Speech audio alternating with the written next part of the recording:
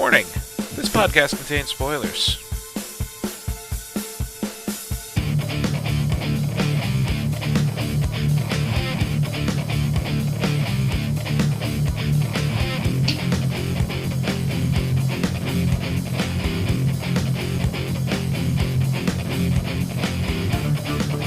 Hello everyone, and welcome to another episode of the ASOTV podcast for American Horror Story Cult, Episode 3, Neighbors from Hell.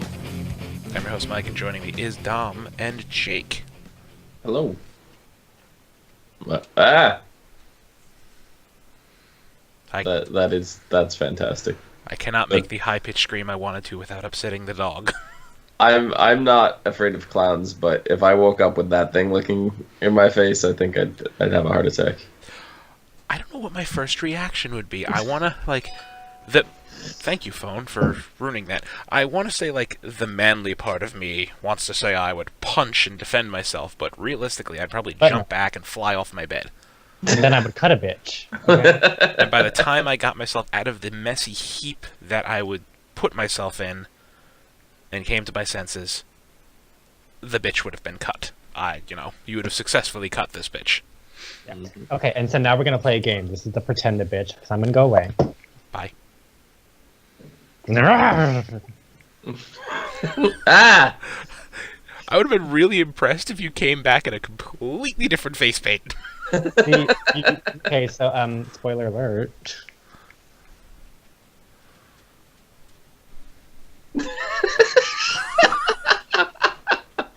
Spoiler alert, and then... Oh my god. Alright, so, third episode. I'm still digging it. More of... I don't know, it's like as the seasons go on, there's more of a mystery feel. Yeah, there's definitely a snowball effect. It's getting more and more as it goes. It's getting more and more interesting for me as it goes. Yeah. Yeah, definitely that. They're keeping it, extremely mysterious. Adding, it's like, okay, so what's the deal with these clowns? We know the story of Twisty. We're all familiar with it. Yeah, I wasn't here last week, but episode 1 really hooked me in, and episode 2 left me questioning things. Do I like this? I don't. Episode 3 just completely restored my faith. So. Yeah.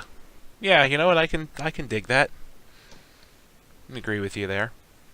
More mystery added in with the crazy chemical trucks and the guy spraying some unknown green gas into the lawn and the air supply. Yeah, and then under his face was the clown that. painting. The smiley face, yeah, that. I don't get it. I'm gonna call... So, I give a name for all these different clowns, and we have a new clown. So my name for him is Honey Boom Boom. Okay. Go on. Because there's a bullet hole in his face. So that's it. Oh, yeah. Okay, I get it. He's a representation of the dude that Ali shot, so that's why I like this design of this clown, that the giant-ass bullet hole is the nose. Mm-hmm. Alright. Yep. I got it. I like it. So, we pick up... Okay. The episode starts off with the therapist. I'm just referring to him as the therapist because he freaks me out. This guy, yeah. Does anybody else get the heebie-jeebies? Not the heebie-jeebies, but just fuck you, dude. There's definitely something up with him. I don't quite know what it is, but... It's not right. Yeah. Just a look on his face when that couple left. I'm thinking, I don't trust you. And then, minutes later, episode time, the couple is being screwed into coffins, which was the wife's apparently worst fear that she just conquered. So, there's something related going on there. I think they're wanting us to think that the therapist is involved because of that. If he was truly involved, would they have made that so obvious? Maybe, but I think it's to throw us off. Or maybe they're throwing us off to throw us off, and right. It is him. Right. It's that's plausible too, but you can argue yourselves in a circle for this, but yeah. I'm feeling that Malachi is more involved than anything. Or Yeah. Kai. His name's Kai. Kai, yeah. He goes by Kai. I'm assuming it's short for Malachi, but yeah. They, I mean, we see him playing the pinky game with a lot more people this episode. Yeah. Mm-hmm. But, that cop is also giving me the heebie-jeebies. The one who keeps showing up to all these murders. Like, you know, I don't know. It's like, you know, okay, Michigan, we have a stand your ground law. You saw a dark figure approaching the front of your house, you defended yourself. Like, you're good. You got nothing to worry about. And then one of the fastest assembling protests I could imagine happening, and their restaurant is inundated with protesters. You know, justice for Pedro. To be fair, we are still in the first couple, you know, whatever of the election, first couple weeks, whatever it may be, and protests are really high. So I think it's pretty easy to get a protest that fast. Oh, a white small business owner just shot a Mexican? Yeah, that's exactly what they were going for with that. Yep. But then, surprising, Kai appears, offering support. Like, you know, you did nothing wrong. I'll take care of them for you. Have a nice day. Mm-hmm. There, you blue-haired maniac. No, it seems like he has, like, because we see later on, and I know we're getting way ahead of ourselves, but we see, go for it, though. We see later on Kai has, I don't remember the character's name, Billy on the street. He's doing the pinky game to him, and he's talking about killing his wife and his fake wife and how he doesn't really wish she was dead, but just say it, just see what it feels like, right? And then she later ends up dead. So it's kind of like there's some brainwashing going on almost. Mm-hmm. So I feel like that's the same thing that he used on the entire protest group. Because all he got, he's like, that's enough. And they all just turned and left. Yeah, like, immediately. They have Ali surrounded in the car, and he's like, that's enough. Like, in such a quiet tone that there's no way that a mob of yelling, angry people heard him. But they all just... Not a normal like they were, one. yeah. Like, just like, you know, they were mist. They just dissipated. No more mob. Yeah, there's definitely some kind of brainwashing going on there. And, I mean, unless it was a planted protest that he organized. Definitely. Those are the two options we have.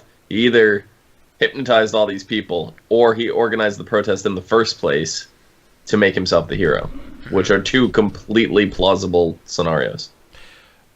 Aye. Yeah, definitely plausible scenarios. So their names are Billy and Meadow. That's their names, the neighbors. His name's not really Billy. He's just the actor. Oh, his name is Billy. Yeah. Okay. I just call him Beekeeper Man. I know her name is Meadow, but you know, Beekeeper Man is The best white name. Yeah, I know, right? Probably. They're both really fucking weird. I thought this last episode. I really think this more. Well, I fucking hate them. Tell us why, Jake. Oh, because we've all known these people. We've run away from these people. We've been hit by a broom with these people.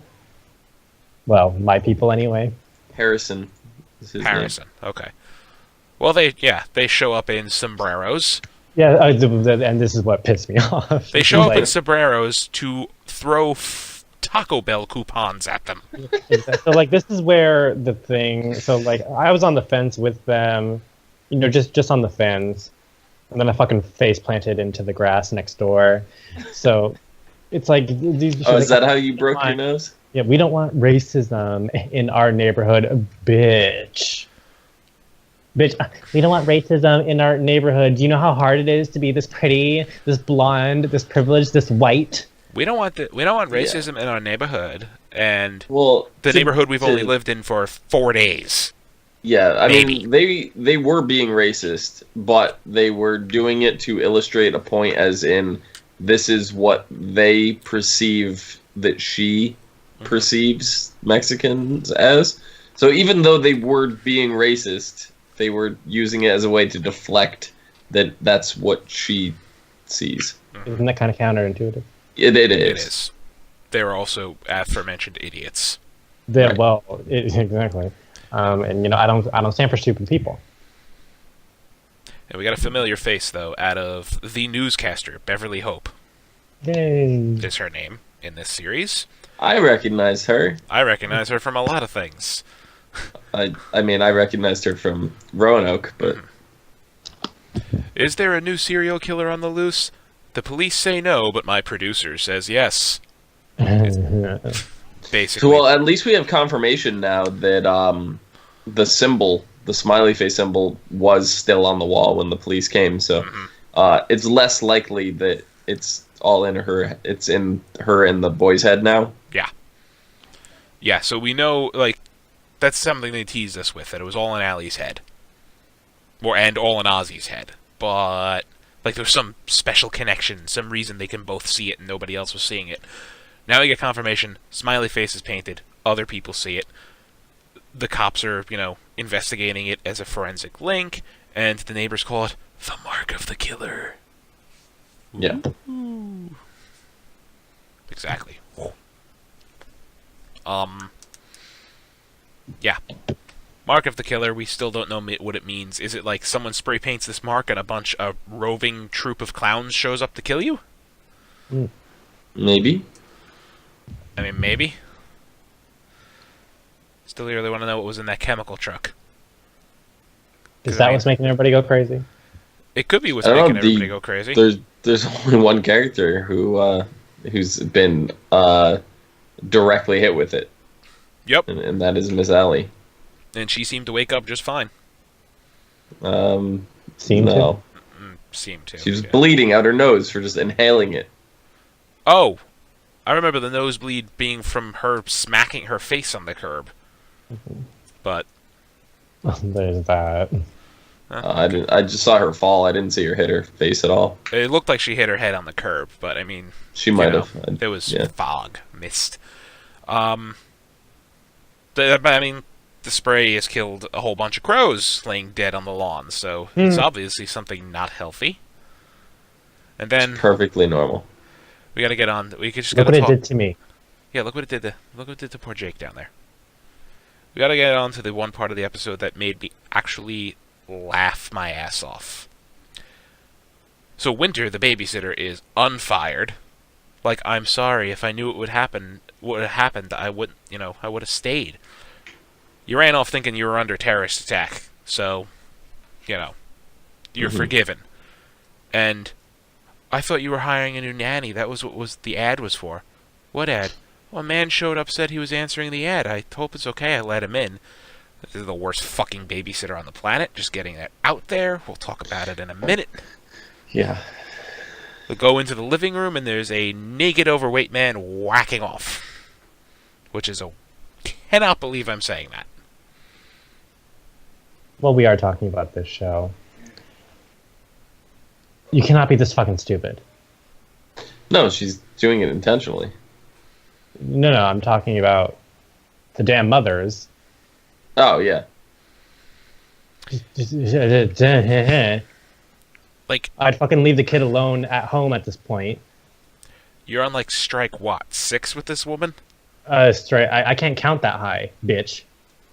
Yeah, I mean, she's got a semi-plausible reasoning for everything that she's doing. Oh, I thought you were replacing me, whatever. No, but still, I wouldn't leave you alone with my kid. There's no way, shape, or form that would happen. See, the first strike was when, I don't even know why you decided to fucking hire her in the first place. Because there were red flags everywhere. But, you do you, and you want your kid to get killed at this point with the fucking decisions that you're making. So, this is what we need to do. We need to do a pretend a bitch on this, fucking ass woman who is out to, I don't know what her intentions are, but she's clearly a danger to the society and she needs to be put down. It just hit me. You said, they want their kid killed at this point. I'm thinking back to, the Scream series and Scary Movie and all the goofs they made. they are making typical white blonde girl decisions in a horror movie. And see, like, good job on you two mothers for breaking the stereotype, because I've always said that gay people are smarter than straight people and that women are smarter than men. So lesbian women They have the are the daily smartest double people there. on the planet. But, y'all, good job for defying stereotypes. But, I mean, to be fair, we're dealing with one that has an extreme mental health disorder, and they're a little distracted with that issue. She has a lot of things wrong with her. I mean, I love Sarah Paulson. I hate the character Allie. I've said that before. I've not been liking her characters. Like, guinea pig shows up. I thought, first off, the babysitter got her the guinea pig. Mr. Guinea. No, she wouldn't do that. Oh, yeah, because she, we believe everything she says at this point. But neighbors brought the guinea pig. And Mr. Guinea. So you gave the family a pet that they now have to get insurance and pay for? But this is where I really, hit me, because I've known people like this. But, I've used, we have a no pets rule in this house. Allie is very, very sensitive to dander. And then Allie's like, oh, well, no, we all are. And it's just projecting your issues onto other people in your family. Real healthy, lady. And, every single episode is just making me dislike her more and more. And they're doing a great job at that. And I know that's probably their intention. Not only that, it's the second rule that they had about the pets. No naming them. Oh, yeah, no naming them. Wait, you have a specific rule about naming pets when you don't allow pets to begin with? That was the most logical thing that Winter has said, in that house. Yeah. And I'm just going to call the neighbors and bitch them out. And as you should. As you should. We get some real confirmation on that cop being weird. Because here he is hanging out. Oh, right. No, now it hits me. I watched the episode, I thought about it, and now it hits me. The cop is Harrison's gay boy toy. Yeah. Now it hit me. Why are y'all hanging out? The detective? The detective, yeah. The white-haired one? Yeah, because they were hanging out, and they were giving each other those funny looks, and then I completely forgot that Harrison is gay. Oh, yeah. I just completely went right over my head. But yeah, Allie's losing it. She is unraveling.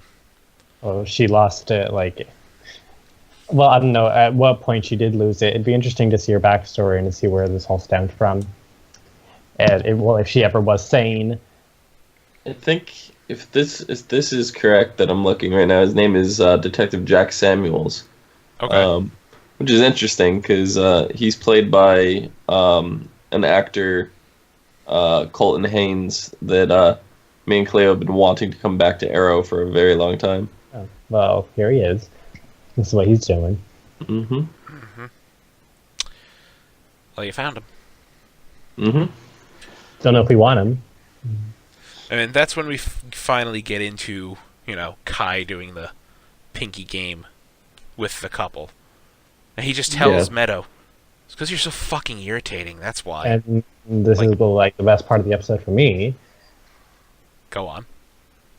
Just the fact that he's saying what everybody else is thinking, you're fucking stupid. Yeah. Yeah. What is it that she said? She's like, I have a worry that, Real Housewife of X season, number Y, has a drinking problem, yeah. And he just slapped the shit out of her. People are dying him. It's yeah. Don't waste my time, lady. No. I don't know, I just love that line. I put it in quotes so I remember to say it, You're just so fucking irritating. Thank you, Kai. Thank you, sir. See, and I think we're gonna have a reveal with Kai that his name is in fact Malachi. It's something that hasn't been stated, and it's something I probably wouldn't have pieced together if it wasn't for the fact that we just had a character in one of the last couple seasons of the Vampire Diaries who went by the nickname Kai, only to find out that his full name was Malachi, and they're like, "Do you expect me not to be evil?" and I'm seeing parallels here. So I just feel like Kai is in fact short for Malachi. And That'd be interesting. I don't know if they would go that route. Because another show did it. But you know what? They can do whatever they want. they can do whatever they want. And Malachi is the perfect name for the leader of a cult. Mm-hmm. If, you know, I mean, that's the only thing I could theorize at this point. That Kai is like the ringleader of all this shit. Well, what if he's not, and there's somebody else? See, I will be gleefully surprised.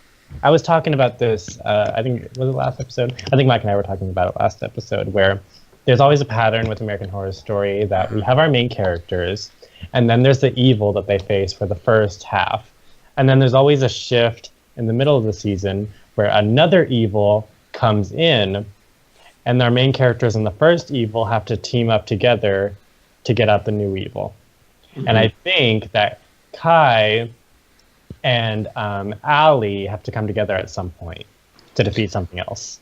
See, I'm under the impression, and this episode put it in my head, that Allie is actually the female clown in the mask. Oh.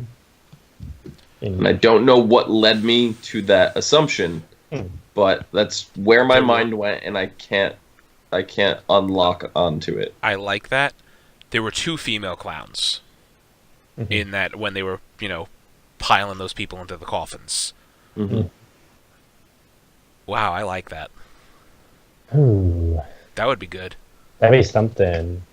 Like, Yeah. I don't know whether I should say I doubt it or, plausible, but, I really like that. No, I like that, though. I like movies or, any kind of show where we find out that the main character was the villain. Oh, but we did that in Hotel, though. No, but, the main character has this gripping phobia of clowns.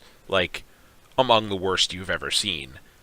And turns out she's, dressing up in a clown mask murdering people. This is an interesting, I don't know, kind of an interesting thing. So this is an not old, but older show that I used to watch when I was a kid, and it was by R.L. Stine, guy who did Goosebumps. So there was this show, and there was an episode of the show where this kid was deathly afraid of clowns, and by the end of the episode, some clowns give him a clown makeover, and he goes to take the makeup off, and he can't get it off.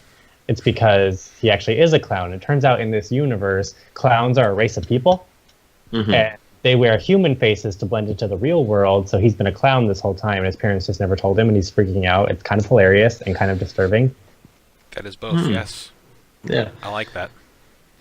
Yeah, I don't know. And, Mike knows my intuition when it comes to, Westworld, where I called the main plot twist in the second episode. And you were close enough, yeah. I mean, I was under the impression that something happened a certain way, and you guys are I just don't see it. He was 95% right, so yeah, you guys are just I don't see it, and I'm just no, but I don't know why, and I can't place it, and it started getting clearer as it went, but right off the bat, I called something, and I'm this is what I feel happened. And they're no, I don't get that feeling at all. And I felt alone, in that thing. But then we all started jumping on board an episode or 2 later because they started dropping more and more hints to that. So right. So now here we are, and what I want to do, I didn't have enough time to do this coming back from this, but we did get to see a freckle pattern on the female clown's arm, and I don't remember if it was her left or her right arm. And I want to see if that matches up with any of the other females that we've seen in short sleeves.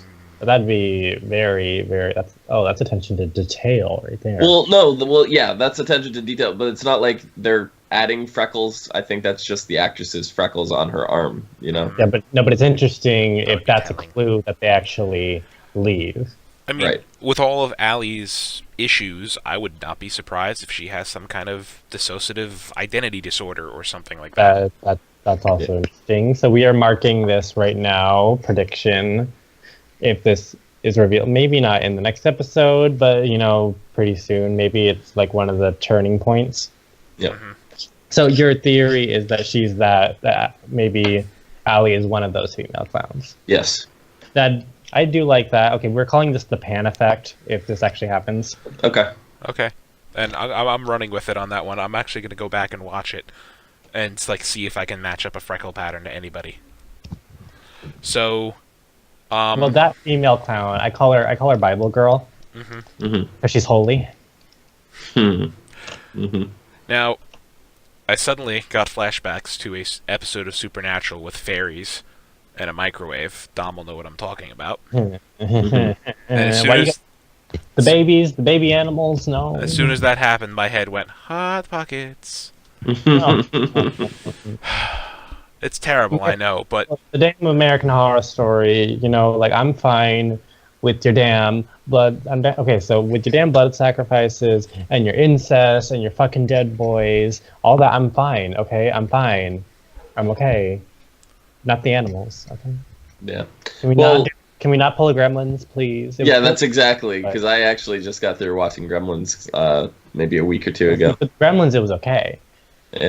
But with this guinea pig, it was in the microwave and it was rotating, but it was very clearly not moving. So it was a taxidermied guinea pig.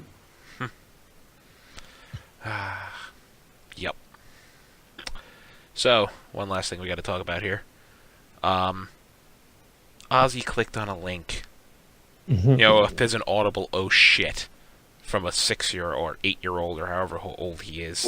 Well, just really quick, doesn't the strange password that was used for their security system raise more red flags with my theory? Clowns with a Z. Okay, that. Thank you. You still can't do that. Maybe Ivy's dressing up as a clown. It's possible that they both are. Ooh. And it's possible that Ivy's doing it, and that's why Allie, right? Is that her name? Yeah, Allie. Yeah. And that's why Allie's seeming like going insane. That's why Allie woke up next to a clown in bed because it was Ivy dressed up as a clown. Yeah. That clown, which clown was that one that she woke up next to? According to a recap I read 2 weeks ago, that was Triple Dong Face Clown. Oh, Pinocchio. Yeah, that was it. That was your name for it. Pinocchio. Okay, interesting. By Ivy would be that one. Yeah. Okay. But anyway, the link he clicked on was a video. First off, why do they have a camera in their bathroom? Well, they don't. They clearly said that someone put it there, or she said someone put it there. This is proof that people are here in our house, Right, I know. Now, yes, I get it, Ivy. It's shocking. Here's the babysitter fondling your wife. And your wife seems to not be... Yeah.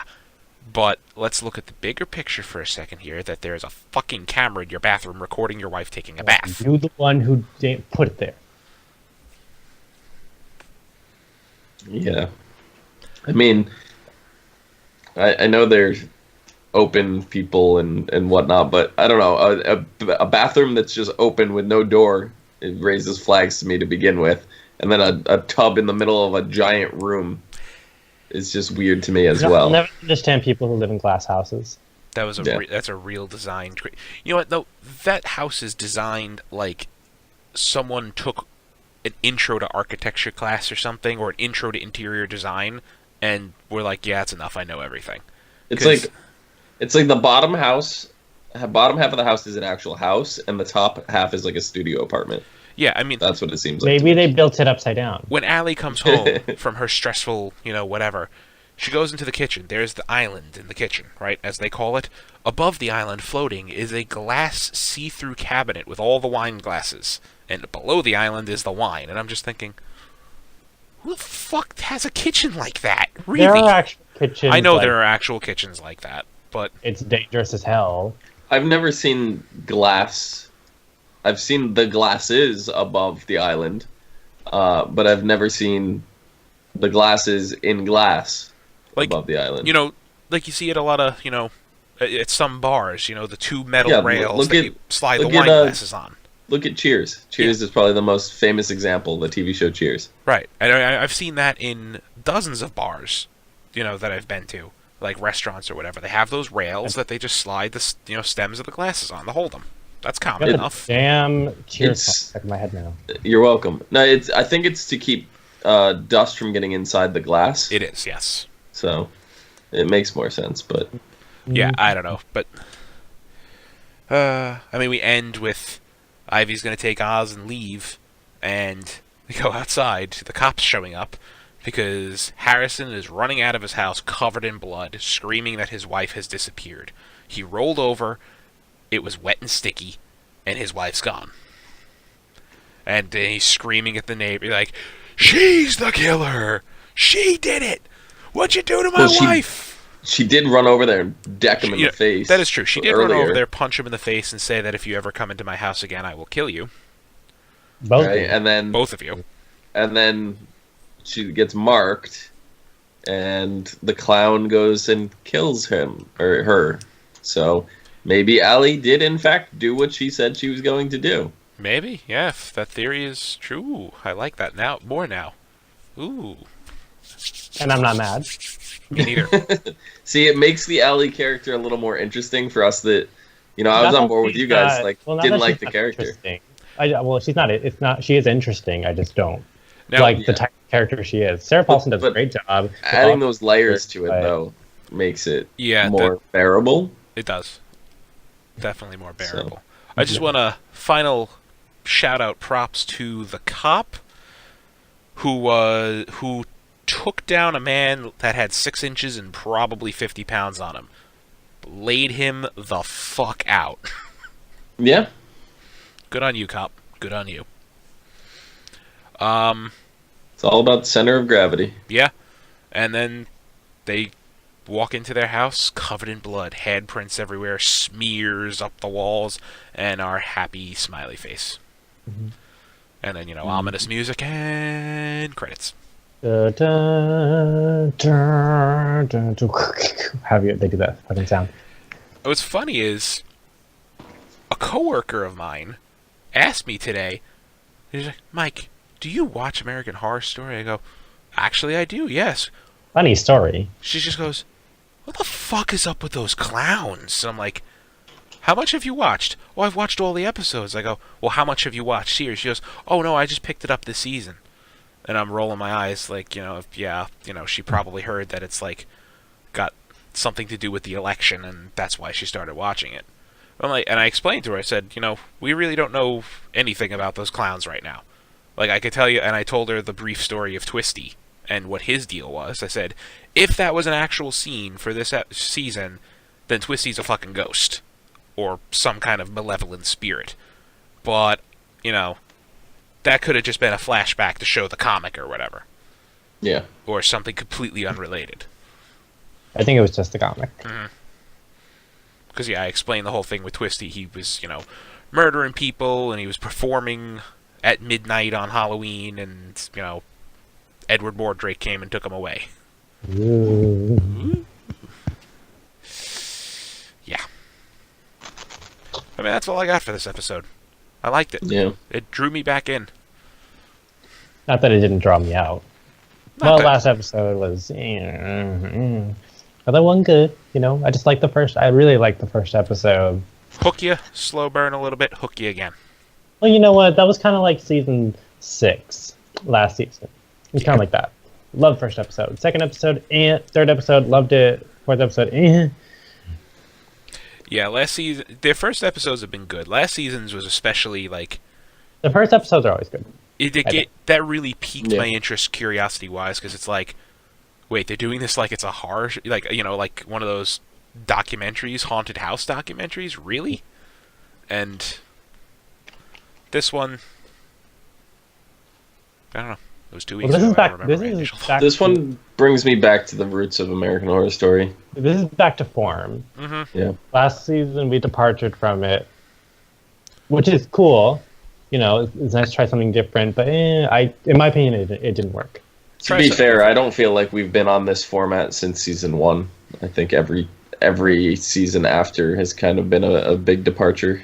Well, they are all kind of the format of American Horror Story is we usually have a flashback or a flash forward even sometimes, and we get the main story with our main characters, a couple flashbacks. They do what they do, but season 6 they had a framing device. We don't get framing devices in this show, so but I understand what you're saying. It does have a season 1 feel. Mm-hmm. Not that it's never lost. American Horror Story has never lost its essence, but they were never able to recapture that first season. I argue that it's never lost that with one season in particular, and that would be Coven. Well, Coven is, I put that in its own category. That's exactly what I mean. It is in its own category. That's my point. I don't know, I don't dislike Coven, but it's not Horror Story to me. I got mixed feelings on all of that. I'm happy that it's, this seems like it's more to form or whatever, but at the same time, I'm like, the same format for 7 seasons would get stale. Yeah. Yeah, no, but that's totally why I love this show, because it's anthology. Mm-hmm. And it's a task to get used to all these different characters and learning new names, and then we got the actors playing different people. Sometimes they're playing the same people, but it's good because it's not going to get stale. Because how many times have we seen a show just die slowly and painfully after 7 seasons of the same damn shit? All too many. That's the way I thought Vampire Diaries was going season 5. Yep. And, a couple seasons of Supernatural gave me that feel. Mm-hmm. Number of shows. Yeah. Well, I see a bright future for this show. If they keep, just keep the ideas going. That's what we need, everybody. We need ideas. When I was prepping for this tonight, I looked up on IMDb. I just wanted to. There was an actor I was interested in, and apparently they have this set for 9 seasons. Oh, really? Well, they do still need to do that Murder House Coven crossover that they want to do. I believe, they are under contract for at least 9 seasons right now, but that doesn't mean there won't be more. Mm-hmm. No. Which I'm all for. But fucking after 7 seasons, you need to fix your finales. Because the one thing that has been constant throughout this entire series is that the finales are shit. Weak finales. Well, we'll see. Hopefully. Still liked season 1's finale. It wasn't oh my god, amazing, but I wasn't upset by it. Yeah. I guess I could feel the same way on that. It's been a while since I watched Murder House, but yeah. We should go back. Should. Is there anything else you guys want to talk about for this episode? No. I think we fairly covered it all. Good. So yeah, that's our show. Well, next episode is called... Oh, yeah, next episode is called 11-9. Which is significant for 2 reasons. It is the reverse of 9/11. Yeah, well, yes. And it's also the day that Trump gave his acceptance speech. Okay. Parallel. Well, as has been the norm this season, no synopsis. Right. And I really like that. Yeah, I like that. I'm digging that. Dom, where can they find you? I jumped the gun a little. Find me down below at Phenomenon, PHENOMEDOM. Jake, where can they find you? You can find me and all of my giggles and gore and Monsters of Mayhem here on YouTube at Jacob Salazar. Or you can find me on Twitter. Tweet at me throughout the life at TNowerland. That is TONOWHERELAND. Join the Nowherland Society. You can find me on Twitter at Thilidrin. That's it. You can find all of us on Facebook, Twitter, Gmail, Google+, MySpace, and YouTube at ASOTV Podcast. You can follow us at those places for some more podcasts for some of your favorite TV shows, movies, and games. Thank you all for watching. And Adios. Farewell. I really want some Taco Bell right now. I had tacos earlier today, actually. No joke. Coupons! Tacos. No, we had real nice compete.